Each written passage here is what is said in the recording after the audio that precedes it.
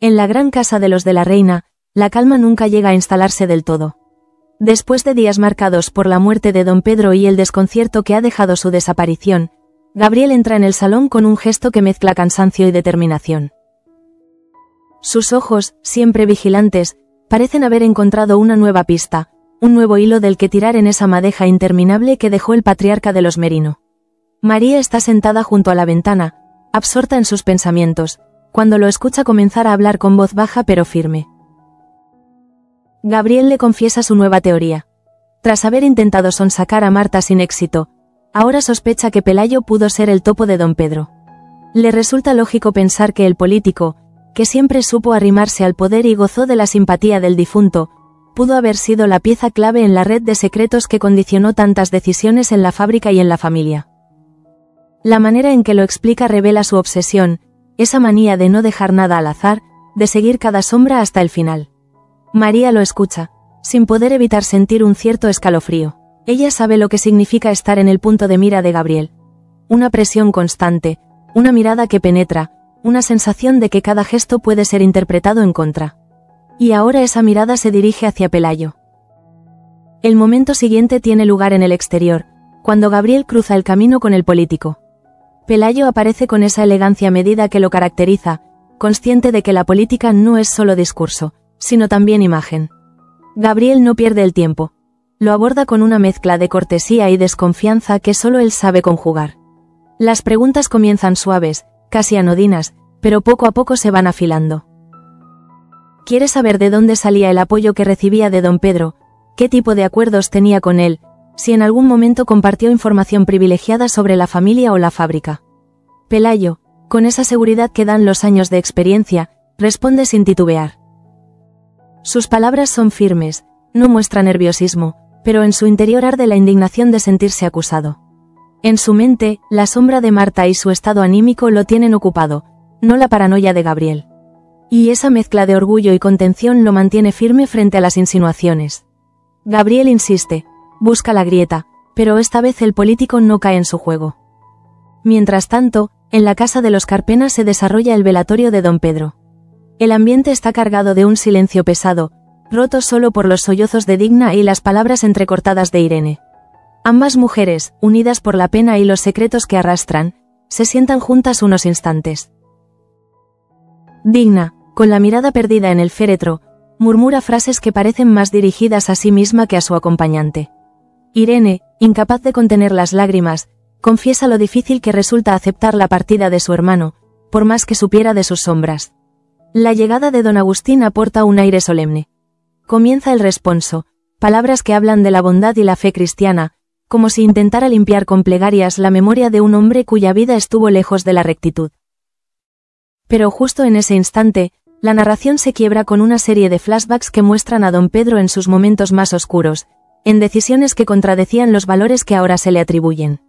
Esas imágenes mentales, esos recuerdos, se superponen en la mente de los presentes, como si todos compartieran la intuición de que su espíritu difícilmente descansará en paz.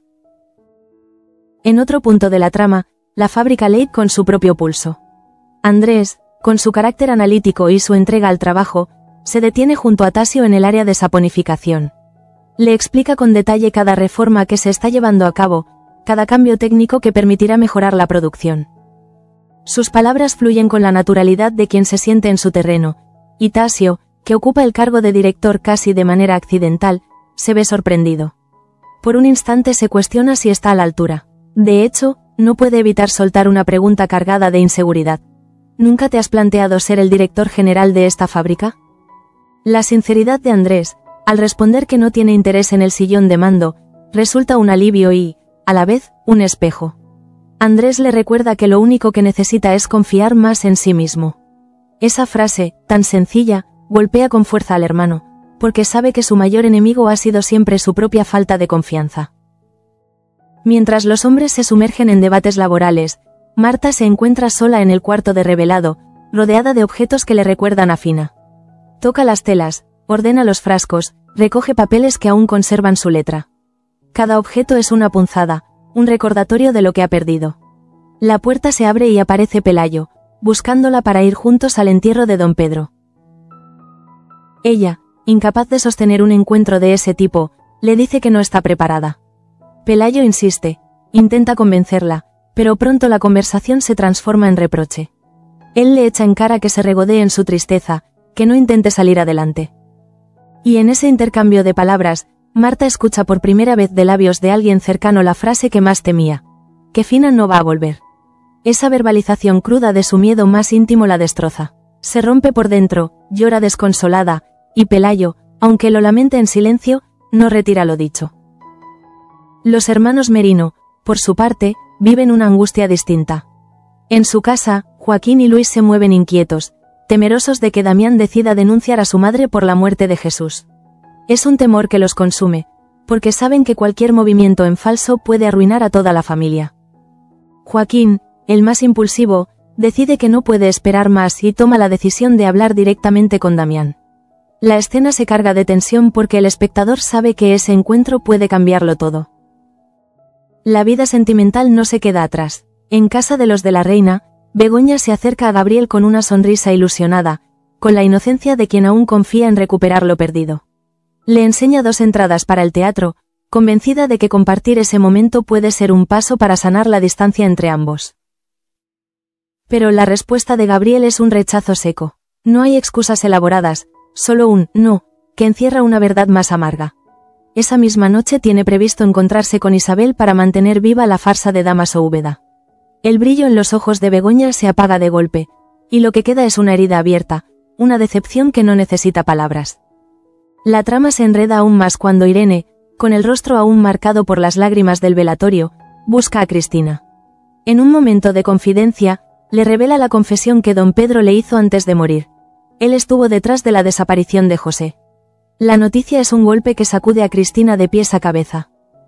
Saber que su tío la manipuló, que jugó con su vida y la de los demás, la deja aturdida. Horas más tarde, Luis la encuentra en el laboratorio, devastada, y trata de consolarla. La cercanía entre ambos se hace tan intensa que Cristina, en un impulso, intenta besarlo. Esta vez, sin embargo, Luis logra apartarse a tiempo, consciente de que ese gesto puede tener consecuencias irreversibles. La cantina se convierte en otro escenario de emociones cuando Tasio se presenta para disculparse con Gaspar. Aunque el contrato de traspaso está ya preparado, intenta hacer un último esfuerzo por retenerlo. Sus palabras, más sinceras que nunca, muestran a un hombre que empieza a comprender que el poder no sirve de nada si no logra conservar a la gente que importa. Y mientras todo esto sucede, Gabriel cumple con su plan más íntimo: reunirse con Isabel en el hotel de confianza que siempre han compartido en secreto. Ella lo recibe con ternura, con gestos amorosos, pero también con una impaciencia que roza la exasperación. No termina de creerse sus excusas sobre el trabajo. Su mirada lo interroga, como si quisiera atravesar el velo de mentiras que lo separa de la verdad. Gabriel, dividido entre la fidelidad a la farsa y el peso de su propia conciencia, permanece esquivo. Pero el hecho innegable es que está allí, con ella, y no con Begoña. La jornada culmina con una visita inesperada. Damián llega a la casa de los Merino para hablar con Joaquín, pero termina encontrándose con Digna. La conversación se transforma en confesión. No solo la tranquiliza respecto a la posibilidad de denunciarla, sino que le revela algo más doloroso. Fue Pedro quien dejó morir a su hijo. Lo que Damián no puede perdonar no es solo esa acción, sino el silencio cómplice que se mantuvo durante tanto tiempo. Las palabras resuenan en el aire como una sentencia.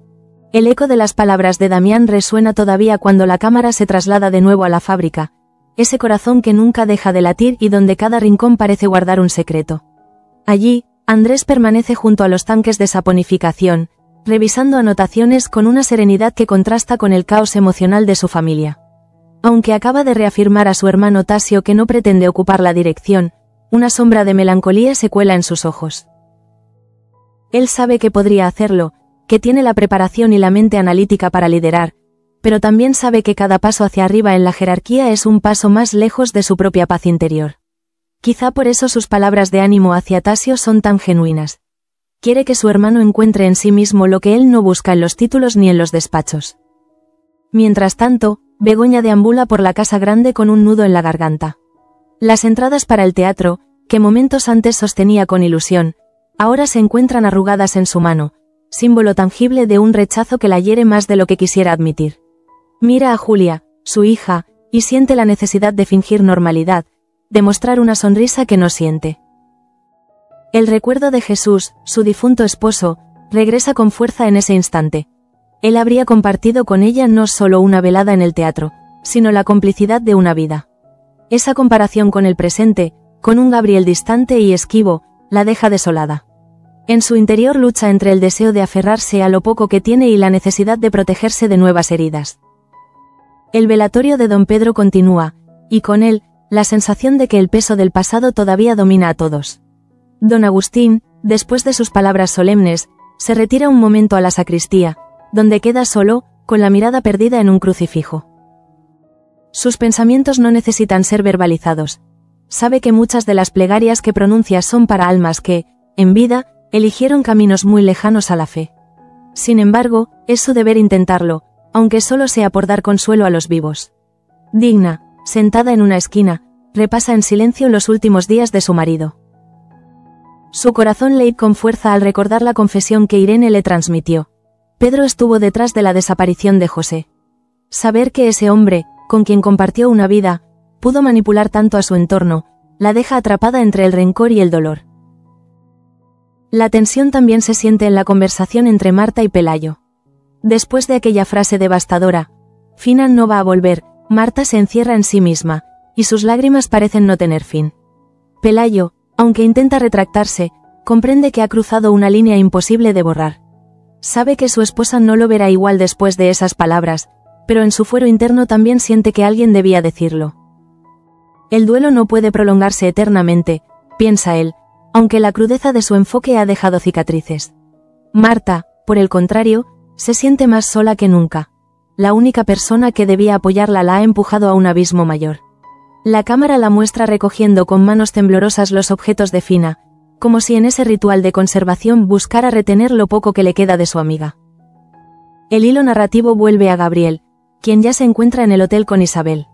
La habitación, iluminada tenuemente por una lámpara de mesa, refleja la dualidad de su encuentro.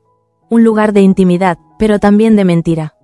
Isabel se acerca a él con un abrazo cálido, buscando la cercanía de un prometido, pero su mirada delata la impaciencia. No entiende las excusas constantes, el modo en que Gabriel parece esconderse tras el trabajo.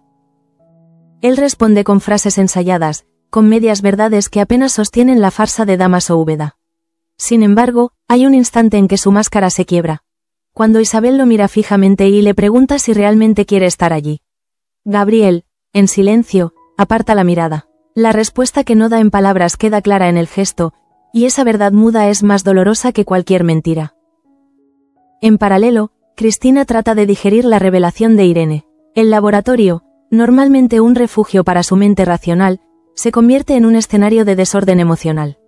Los frascos alineados, los cuadernos de notas, todo le parece ajeno. El recuerdo de José, el peso de la manipulación de don Pedro, la hunden. Cuando Luis aparece, ella se aferra a él como a una tabla de salvación. El casi beso que se produce no es un acto de pasión, sino de desesperación, un intento de callar el vacío interior con un gesto físico. Luis, consciente de las consecuencias, se aparta con delicadeza, y esa distancia refuerza la sensación de soledad en Cristina. Ella lo mira con lágrimas en los ojos, como si le implorara algo que ni ella misma sabe nombrar. En la cantina, la escena entre Tasio y Gaspar ofrece un contraste. El nuevo director, torpe en su papel, intenta disculparse por viejas tensiones. Gaspar, sin embargo, mantiene una actitud contenida. No se deja engañar por palabras de última hora. Su relación con Tasio siempre estuvo marcada por jerarquías y rencillas, y ahora no basta con un gesto para reparar años de desconfianza. Pero aún así, la disculpa deja un pozo.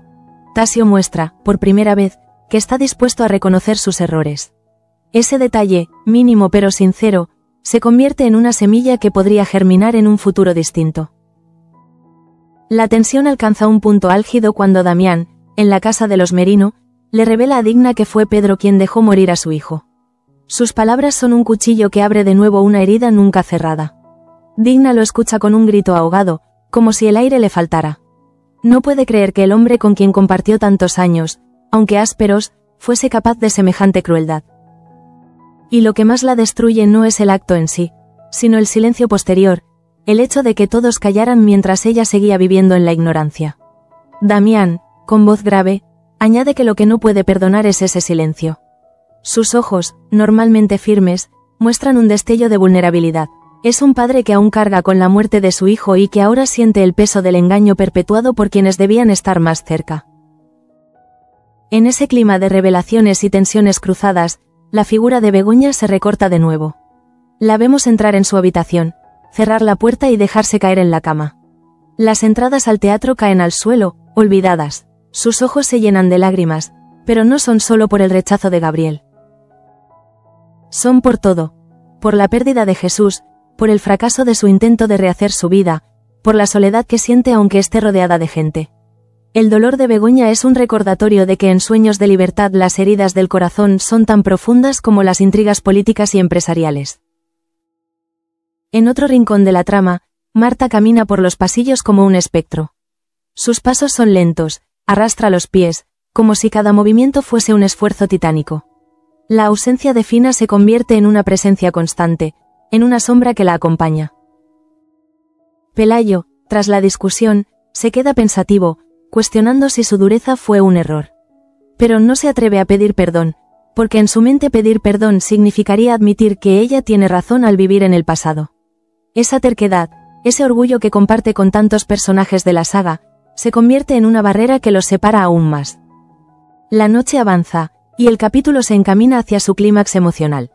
El encuentro entre Gabriel e Isabel frente al contraste con el rechazo a Begoña. Esa dualidad marca todo el episodio, subrayando la fragilidad de los vínculos y la facilidad con que una decisión puede cambiar el rumbo de varias vidas. El espectador siente que todo se encamina hacia una verdad incómoda. Gabriel ya ha hecho su elección, aunque trate de disfrazarla con excusas. Y esa elección no es Begoña, sino Isabel. La madrugada cae sobre la ciudad y, con ella, los silencios se vuelven más elocuentes que las palabras. En la casa de los de la Reina, el aire está impregnado de un silencio denso tras el rechazo de Gabriel a Begoña. Ella permanece despierta, recostada en la cama, con los ojos abiertos en la penumbra. Las sombras proyectadas por la lámpara parecen burlarse de su vulnerabilidad. ¿Cómo pudo confiar nuevamente en Gabriel, después de tantas señales? Se siente humillada no solo por la negativa, sino por la certeza de que hay otra mujer ocupando el espacio que a ella le pertenece en la vida de ese hombre. El recuerdo de Jesús, su difunto esposo, vuelve con fuerza. Y la comparación es inevitable. Jesús la amaba con una pasión real, mientras que Gabriel se esconde tras compromisos ambiguos. La viuda comprende que quizá la vida la está obligando a cerrar un ciclo que ella se empeña en prolongar. En la fábrica, Andrés sigue trabajando aún entrada la noche. Se ha quedado solo, revisando cada detalle de las reformas en el área de saponificación. Es su manera de refugiarse de los problemas familiares. Concentrarse en lo técnico, en lo tangible, en lo que tiene solución. Pero la pregunta de Tasio retumba en su cabeza. ¿Y si él fuera realmente el líder que la fábrica necesita? Andrés sabe que no desea el poder, pero al mismo tiempo, ¿qué pasaría si la fábrica lo necesitara a él más que a Tasio? La contradicción lo consume, aunque trate de ignorarla. Sabe que su mayor virtud, la humildad y el deseo de mantenerse al margen de las luchas de poder, puede transformarse también en su mayor debilidad si el destino lo empuja hacia un lugar que él no quiere ocupar. Mientras tanto, en el cuarto de revelado, Marta se enfrenta a sus fantasmas. Acaricia un pañuelo que aún conserva el perfume de Fina, como si el aroma pudiera traer de vuelta a la amiga perdida. Las palabras de Pelayo siguen resonando en su interior. Fina no va a volver. Nunca antes había escuchado en voz alta esa verdad que tanto temía. Y ahora que ha sido pronunciada, ya no puede escapar de ella. Marta llora, pero sus lágrimas no son solo de tristeza. Son también de rabia hacia Pelayo, hacia la vida, hacia sí misma por no ser capaz de avanzar. Cuando su esposo aparece de nuevo para intentar hablar, ella lo rechaza con dureza. No quiere consuelo de quien le arrancó la venda de los ojos de la forma más cruel. Pelayo, derrotado, se retira, y Marta queda sola en un mar de recuerdos. El velatorio de don Pedro se alarga, y con él la tensión entre los Merino y los de la Reina. Joaquín, impulsado por la angustia, busca a Damián. Lo encuentra al final del pasillo, con gesto severo. El joven intenta hablar con él, pedirle que no denuncie a su madre, pero sus palabras se entrecortan. El peso de la culpa lo asfixia. Damián, en cambio, lo observa con la calma de quien ya ha tomado una decisión. No responde de inmediato. Deja que el silencio incómodo, que Joaquín se desmorone poco a poco. Y cuando por fin habla, sus palabras no traen alivio. Le dice que no puede olvidar que fue Pedro quien dejó morir a su hijo, y que el silencio de Digna lo hizo aún más imperdonable. La confesión sacude a Joaquín, que por primera vez entiende que la herida de Damián no es solo justicia, sino dolor profundo, una cicatriz que jamás cerrará. En la cantina, Gaspar medita sobre la disculpa de Tasio. Se queda solo, con un vaso en la mano, reflexionando sobre si merece la pena seguir en un lugar donde tantas veces fue menospreciado. Sus recuerdos lo llevan a momentos en que fue relegado, ninguneado. Sin embargo, también recuerda a Manuela, su amor, su apoyo. Quizá ella sea la razón para quedarse, más que la fábrica misma. La noche también sirve para mostrar a Cristina en su momento más vulnerable. Después de intentar besar a Luis, se encierra en el laboratorio. Se sienta frente a una mesa, coloca las manos sobre la superficie fría y comienza a llorar en silencio. Las lágrimas caen sobre las notas que escribió con tanto esmero, manchando la tinta. Irene la encuentra así y se siente culpable. Piensa que quizá nunca debió confesarle lo de José. Pero ya es tarde. La verdad está dicha, y el dolor de Cristina es el precio de ese desvelamiento. Gabriel, en cambio, sigue en el hotel con Isabel. Ella, cada vez más impaciente, le pregunta con franqueza si esa relación tiene futuro o si solo está prolongando una mentira. Gabriel responde con evasivas, insiste en que todo forma parte de la estrategia con Dámaso Úbeda. Isabel, sin embargo, quiere algo más que un pretexto. Su mirada exige compromiso, exige sinceridad. Y Gabriel, atrapado entre la lealtad a la farsa y sus propios sentimientos contradictorios, solo puede ofrecer silencio. Ese silencio es la confirmación que Isabel no quería escuchar. Se siente querida, sí, pero no elegida. Y eso la llena de una amargura difícil de disimular. En la casa grande, Begoña se levanta finalmente de la cama. Se mira en el espejo y apenas se reconoce. El rostro marcado por las lágrimas le recuerda a una mujer que ha luchado mucho, que ha perdido demasiado. Piensa en su hija, en lo que debe enseñarle. Dignidad, valentía, la capacidad de levantarse después de cada caída. Y entonces decide que no derramará más lágrimas por Gabriel. Al menos no frente a Julia. Esa decisión, aunque frágil, es un primer paso hacia una nueva fortaleza. Mientras tanto, Marta baja al jardín para tomar aire. El cielo está cubierto de estrellas, pero ella apenas las percibe. Se sienta en un banco y aprieta el pañuelo de Fina contra su pecho. Recuerda su risa, sus palabras de ánimo, su manera de enfrentar la vida. Y siente que su ausencia no solo la deja sola, sino que la priva de su ancla emocional. En ese instante, Pelayo aparece de nuevo, intentando tender un puente. Pero Marta lo mira con una mezcla de odio y dolor, y sus palabras son tajantes. No necesito que me recuerdes lo que ya sé. Necesito que me dejes en paz. Pelayo entiende que la distancia entre ellos se ha convertido en un abismo, quizá imposible de cerrar. El capítulo se acerca a su desenlace con la confesión de Damián a Digna. Sus palabras no son solo una revelación, sino una sentencia que reconfigura todo lo que ella creía saber sobre su esposo. El rostro de Digna refleja un dolor profundo, el de una mujer que descubre que su vida compartida con Pedro fue, en gran parte, una mentira. Irene, a su lado, trata de sostenerla, pero el impacto es demasiado fuerte. Gabriel regresa finalmente a la casa, tarde en la noche. Begoña, que aún está despierta, lo ve entrar. Por un instante, sus miradas se cruzan. Ella espera una explicación, una palabra, algo que pueda darle sentido al vacío que ha dejado. Pero Gabriel, fiel a su estilo, guarda silencio y se dirige directamente a su habitación. Ese gesto, esa indiferencia, es más devastador que cualquier confesión. Begoña se queda sola en el salón, comprendiendo que la elección de Gabriel ya está hecha, y que ella no es parte de ella. La escena final de este tramo muestra a Gabriel en su cuarto, sentado en la penumbra, con el rostro entre las manos. Aunque ha escogido a Isabel, la culpa lo devora, porque en el fondo sabe que ha traicionado no solo a Begoña, sino a sí mismo. La elección que ha hecho no le da paz, sino más cadenas. Y esa contradicción será el motor de nuevos conflictos en los episodios venideros. La mañana siguiente se levanta con un aire denso, como si el luto que envuelve a todos se hubiera filtrado en la propia luz del día. En la casa grande, los criados se mueven con pasos cautelosos, conscientes de que cada rincón guarda heridas abiertas. Gabriel aparece temprano, con el rostro cansado de una noche en vela, aunque nadie sabe que sus desvelos no se deben al dolor por don Pedro, sino al peso de la doble vida que arrastra entre Isabel y Begoña. Su mirada se cruza con la de María, que lo observa con una mezcla de preocupación y recelo. Ella intuye que Gabriel está atrapado en algo más grande que su aparente compromiso con la familia, pero aún no sabe hasta qué punto su primo juega con fuego. Begoña, en cambio, se muestra fría. Ha decidido ocultar el dolor tras una coraza de dignidad. Se levanta, desayuna con Julia y conversa como si nada hubiera ocurrido, aunque por dentro su corazón esté desangrándose. Esa decisión de mostrarse entera no pasa desapercibida para Irene, que la observa desde la distancia. Irene comprende lo difícil que es mantener esa fachada cuando el amor se convierte en una humillación silenciosa. En la fábrica, Andrés comienza la jornada revisando de nuevo las reformas en saponificación. Su dedicación es admirable, tanto que los obreros lo miran con respeto, casi con admiración. Él no busca reconocimiento, pero lo obtiene de manera natural. Tasio lo acompaña y, mientras lo escucha, se da cuenta de que sus propias inseguridades han comenzado a disminuir gracias al apoyo de su hermano. Aunque no lo admite en voz alta, en el fondo sabe que sin Andrés la fábrica ya habría caído en el caos. Ese reconocimiento silencioso fortalece el vínculo entre ellos, aunque también crea un contraste doloroso.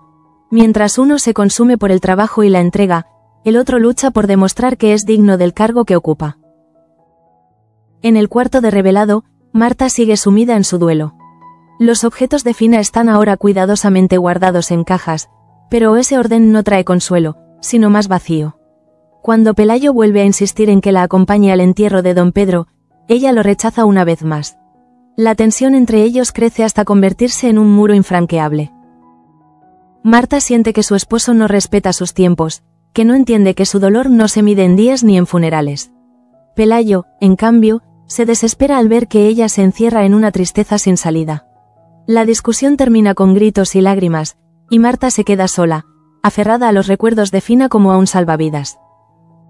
El velatorio de don Pedro sigue su curso. Digna, Irene y Joaquín comparten silencios incómodos, cada uno cargando con sus propios fantasmas. Don Agustín regresa a pronunciar nuevas palabras de consuelo, pero esta vez su voz suena más apagada, como si él mismo dudara de la eficacia de sus plegarias. Irene, conmovida por la revelación que compartió con Cristina, no puede evitar mirar a Joaquín con ojos distintos. Sabe que, detrás de ese joven que se muestra firme, hay un hijo aterrado por la posibilidad de perder a su madre en los tribunales. La tensión aumenta cuando Damián aparece de nuevo. Su presencia siempre impone respeto, pero ahora, después de su confesión a Digna, pesa todavía más.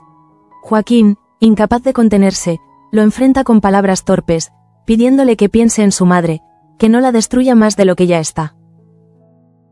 Damián lo escucha en silencio, pero su rostro permanece impenetrable. No promete nada, no ofrece perdón.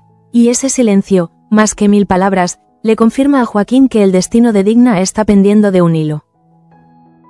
En el laboratorio, Cristina intenta recomponerse. Luis la encuentra de nuevo, esta vez con los ojos rojos por haber llorado toda la noche. Él, con la prudencia que lo caracteriza, le ofrece un café y se sienta a su lado sin decir nada. Esa compañía silenciosa es más efectiva que cualquier discurso. Cristina, con voz quebrada, le agradece por no juzgarla, por apartarse en el momento del casi beso. Luis sonríe con tristeza. Sabe que ella está buscando un refugio que él no puede darle. Su fidelidad a Luz y a su familia pesa demasiado, pero eso no le impide sentirse conmovido por la fragilidad de Cristina. Mientras tanto, en la cantina, Gaspar reflexiona sobre el futuro. Tasio se presenta de nuevo, esta vez con más humildad, para pedirle que no firme aún el contrato de traspaso. Le habla de los cambios que planea en la fábrica, de cómo necesita gente de confianza. Gaspar lo mira fijamente y le responde que no es cuestión de proyectos, sino de respeto. La escena refleja con claridad que las relaciones humanas en la fábrica pesan más que los números y los cargos. La tensión romántica alcanza su clímax cuando Gabriel vuelve a reunirse con Isabel. Ella, cansada de las excusas, le exige definiciones. Quiere saber si él está con ella por convicción o solo por mantener la farsa de Dámaso Úbeda. Gabriel la toma de la mano, intenta calmarla, pero sus palabras no convencen. Isabel siente que hay otra mujer en medio, aunque no sepa que esa mujer es Begoña. La impaciencia de Isabel no nace solo del amor, sino también del miedo a perder un lugar que ella ha defendido con uñas y dientes. Gabriel, atrapado, no puede darle la seguridad que pide, y ese vacío en su respuesta se convierte en un golpe devastador. Begoña, en paralelo, se refugia en Julia. Pasean juntas por el jardín, y la madre intenta mostrarse serena. Pero Julia, con la inocencia de una niña que ve más de lo que los adultos creen, le pregunta si está triste. Begoña sonríe forzadamente y responde que no, que todo está bien. Esa mentira piadosa es un intento de proteger a su hija, pero en realidad solo evidencia la profundidad de su herida. El episodio avanza hacia su punto álgido con una nueva revelación. Irene se sincera con Cristina sobre lo que don Pedro le confesó. La noticia de que José sigue vivo sacude todos los cimientos. Cristina, que había creído durante años en la versión oficial, ahora se enfrenta a la posibilidad de que su vida fue manipulada desde el principio. Su reacción es una mezcla de rabia, alivio y confusión. ¿Cómo procesar que alguien a quien creías muerto sigue vivo? Esa pregunta queda flotando, sin respuesta inmediata, pero con la certeza de que abrirá nuevas heridas. En la fábrica, los obreros comienzan a comentar los cambios impulsados por Andrés y Tasio. Algunos lo ven como un signo de progreso, otros como una señal de inestabilidad. La incertidumbre se extiende, y cada conversación en los pasillos revela que la muerte de don Pedro ha dejado un vacío que nadie sabe cómo llenar. La escena final de esta parte muestra a Damián regresando a su casa. Se sienta en su escritorio, saca una foto antigua de su hijo y la contempla con lágrimas en los ojos. Susurra palabras inaudibles, quizá pidiendo perdón, quizá maldiciendo el destino. Esa imagen resume el dolor de un hombre que, pese a su fortaleza, sigue siendo prisionero de la tragedia. El eco del responso de don Agustín aún se percibe cuando el capítulo empieza a encaminarse hacia su desenlace. La muerte de don Pedro, lejos de traer calma, ha desatado una tormenta de confesiones, sospechas y decisiones que marcan a cada personaje. La fábrica, la casa grande y las calles del pueblo parecen vibrar con un mismo pulso. El de una comunidad atrapada entre la lealtad y la traición. Gabriel camina solo por los pasillos de la casa grande. Sus pasos retumban en el silencio, como si cada golpe del tacón fuese un recordatorio de su doble vida. La conversación con Isabel lo ha dejado exhausto, pero no ha sido capaz de elegir con claridad. Con Begoña ya no hay ilusión, con Isabel tampoco hay certeza. Él cree controlar la partida, pero en realidad se encuentra atrapado en un laberinto de mentiras donde cada salida es un callejón sin salida. Al pasar por el salón, ve las entradas arrugadas sobre la mesa y una punzada de culpa lo atraviesa. Podría haber aceptado ese gesto sencillo de Begoña, pero eligió lo contrario, la oscuridad de una relación clandestina. Mientras tanto, en el laboratorio, Cristina busca respuestas entre frascos y papeles. El descubrimiento de que José sigue vivo ha transformado su mundo en un caos. Sus manos tiemblan cuando intenta anotar algo, incapaz de concentrarse. El recuerdo de Luis apartándose de su beso se suma a su confusión. Siente rechazo, pero también gratitud. Es un mar de contradicciones que no sabe navegar. Entra Irene, con la intención de acompañarla. Se sientan juntas, y aunque pocas palabras se pronuncian, la complicidad de dos mujeres que han sufrido las manipulaciones de Pedro las une en un silencio compartido. El duelo de Marta alcanza un nuevo punto crítico. En el cuarto de revelado, sentada en el suelo junto a las cajas con pertenencias de Fina, la joven siente que ya no puede sostener más peso. Sus lágrimas no cesan, y la frase de Pelayo, Fina no va a volver, retumba como un eco cruel. La cámara la enfoca de cerca, mostrando un rostro desencajado por el dolor. Marta no necesita enemigos externos, su lucha interna ya es devastadora. Cuando Pelayo vuelve a acercarse tímidamente, con gesto arrepentido, ella lo rechaza de plano. Sus palabras, entrecortadas, son un muro, no quiero tu consuelo. No ahora, la distancia entre ellos ya parece insalvable. En la cantina, Tasio intenta convencer una vez más a Gaspar. Le habla de proyectos futuros, de la necesidad de tener a alguien leal a su lado. Pero Gaspar, con voz firme, responde que la lealtad no se compra ni se mendiga, se gana con respeto. Esa respuesta golpea a Tasio con fuerza, más que cualquier insulto. Por primera vez entiende que el liderazgo no se trata de mandar, sino de inspirar. La cámara muestra su rostro, serio y reflexivo, como si en su interior se estuviera gestando un cambio que aún no sabe cómo expresar. La tensión vuelve a escalar en la casa de los Merino. Damián, que había prometido a medias a Digna no denunciarla, se encuentra con Joaquín en el pasillo. El joven, desesperado, le implora una vez más. Damián lo escucha, pero su respuesta es fría. Le recuerda que el silencio de su madre es tan grave como la acción de Pedro. Joaquín se queda sin aliento, comprendiendo que el futuro de su madre depende de un hombre que aún sangra por dentro. Esa escena subraya la fragilidad de los Merino y anticipa que la herencia de Pedro no es solo económica, sino también moral, un legado de culpas y silencios. La trama se centra de nuevo en Gabriel. Ha llegado la noche y, pese al cansancio, se prepara para salir. Dice que tiene asuntos pendientes, pero Begoña intuye la verdad. La conversación entre ellos es breve, seca. Ella le pregunta si alguna vez podrán volver a ser lo que fueron, y Gabriel, incapaz de sostener la mirada, se limita a un «no lo sé». Ese «no lo sé» es peor que un «no». Es la confirmación de que no hay camino de regreso. En el hotel, Isabel lo espera. Está vestida con elegancia, como si quisiera recordarle que ella es una mujer con la que se puede ser visto en público, no solo en secreto. Lo recibe con una sonrisa cargada de reproche, mezcla de amor e impaciencia. Gabriel intenta justificar su retraso, pero Isabel ya no se conforma. Le exige claridad. Quiere saber si es suya la vida que comparte o si sigue atado a otra. Gabriel responde con caricias, con besos, con promesas vagas. Isabel, aunque se deja envolver, siente en lo más profundo que sigue siendo una sombra en la vida de ese hombre. La cámara corta entonces al salón de la casa grande, donde Begoña está sola, cosiendo en silencio. El hilo se enreda, la aguja se clava en su dedo, y la sangre que brota se convierte en símbolo de su herida emocional. Julia entra y la ve, pero Begoña disimula. Le dice que todo está bien, que solo fue un accidente. La niña no entiende, pero el espectador sí. Begoña sangra por dentro y por fuera, y su fortaleza es solo un disfraz. El capítulo alcanza su clímax con la visita de Damián a la casa de los Merino. Allí, en una conversación cargada de tensión, le confiesa a Digna que fue Pedro quien dejó morir a su hijo. Sus palabras son demoledoras. Digna cae de rodillas, incapaz de sostener el peso de la verdad. Joaquín la sostiene, Irene llora a su lado, y Damián se marcha con paso firme, dejando tras de sí un silencio sepulcral. Esa confesión, más que cualquier denuncia, es una sentencia moral que marcará el destino de todos. El último plano del episodio muestra a Gabriel e Isabel en la habitación del hotel. Él la besa, intentando convencerse de que esa es su elección. Ella lo corresponde, aunque en sus ojos se percibe la duda. Y entonces, un pensamiento se cuela en la mente del espectador. Mientras Begoña sufre en silencio y Gabriel se entrega a Isabel, el verdadero perdedor es él mismo, atrapado en un juego de apariencias del que ya no puede escapar. El telón cae con esa imagen. Dos cuerpos juntos, pero dos almas separadas. La elección de Gabriel ya está hecha, y con ella, el inicio de una cadena de consecuencias que nadie podrá detener.